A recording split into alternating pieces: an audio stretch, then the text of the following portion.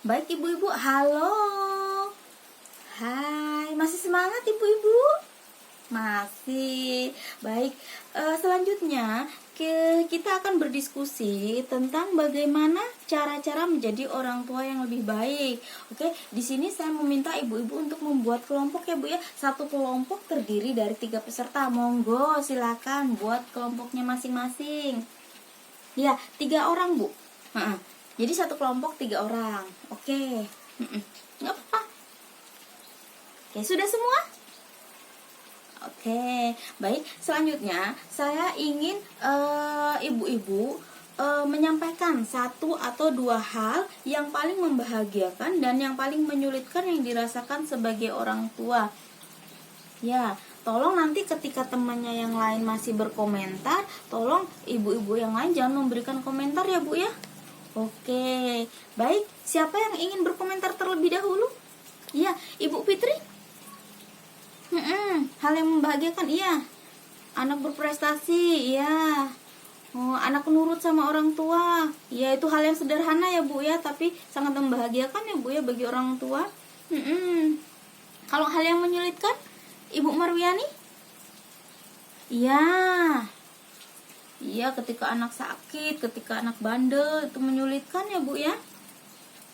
Oke, kita kasih tepuk hebat buat Ibu Fitri dan Ibu Marwiani. Hebat, hebat. Hebat, hebat. Hebat. Terima kasih.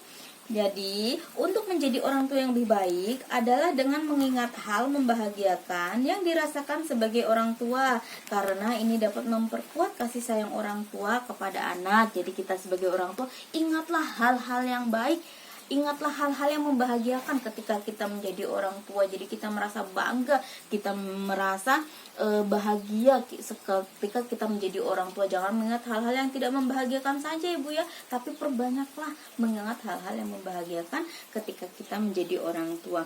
Selain itu, dengan berbagi dan berdiskusi mengenai masalah atau tantangan dalam mengasuh anak, sehingga bisa lebih ringan dalam menghadapi masalah yang ada.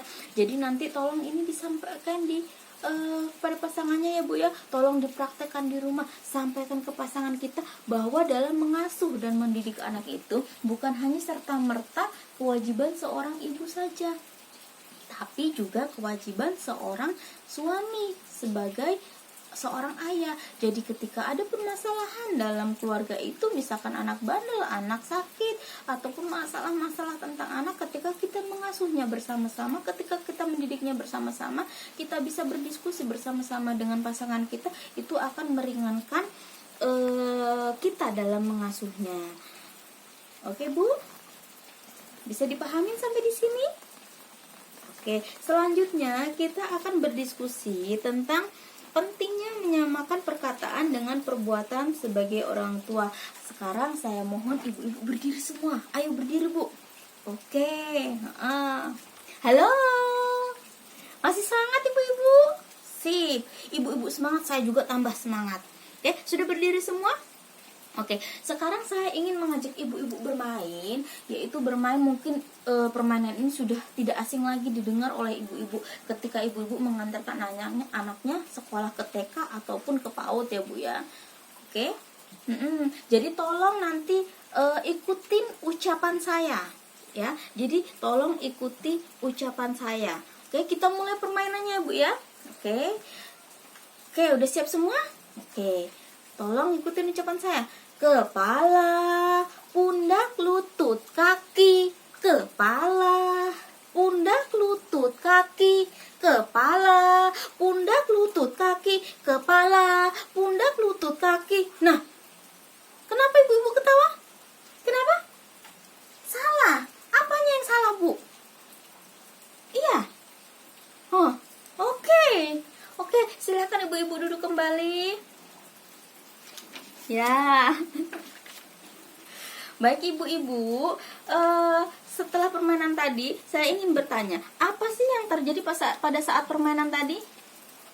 Bingung. Bingungnya kenapa Bu? Masa sih? Iya. Oh, iya, ketika saya mengucapkan tapi kayaknya happy aja, nggak bingung. Iya, soalnya ketika saya mengucapkan kepala di sini, kaki di sini, pundak di sini, ibu-ibu tetap kayaknya enjoy aja ngikutin, nggak bingung, masih enjoy aja. Oh, nggak sadar. Oke, nggak sadar. Baik. Terus bagaimana perasaan ibu ketika saya menyebutkan satu bagian tubuh, tapi pada kenyataannya saya memegang tubuh yang lain? Apa perasaan ibu?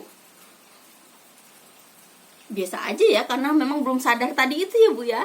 Iya. Terus mana yang ibu ikuti? Suara saya, ucapan saya, atau gerakan saya? Gerakan. Oke. Jadi ibu-ibu, sebelumnya terima kasih ibu-ibu. Oke, terima kasih, silakan. Jadi kesimpulan dari permainan tadi, lebih mudah mengikuti apa yang kita lihat daripada apa yang kita dengar. Begitu pula dengan anak-anak. Anak-anak akan cenderung mencontoh atau meniru perbuatan daripada perkataan orang tua. Jadi kita sebagai orang tua, berikanlah contoh yang baik kepada anak-anak kita, sehingga anak-anak kita dapat berperilaku baik pula, mengikuti contoh-contoh apa yang telah kita berikan kepada anak kita. Untuk menjadi orang tua yang lebih baik adalah sejalan antara perkataan dan perbuatan. Ibu-ibu, jadi kita sebagai orang tua jangan menjadi orang tua yang jargon ya Bu ya. Apa itu jargon Ibu? Betul sekali. Jadi orang tua yang bisa ngajarin tapi nggak bisa ngelakonin, itu nggak boleh ya Bu ya.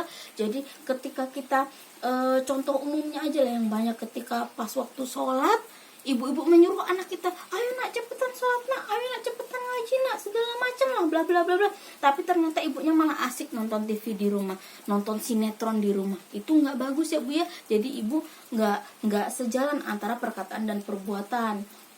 Oke, nanti tolong setelah ini ibu praktekkan ya Bu ya, ibu-ibu di rumah. Oke, terima kasih.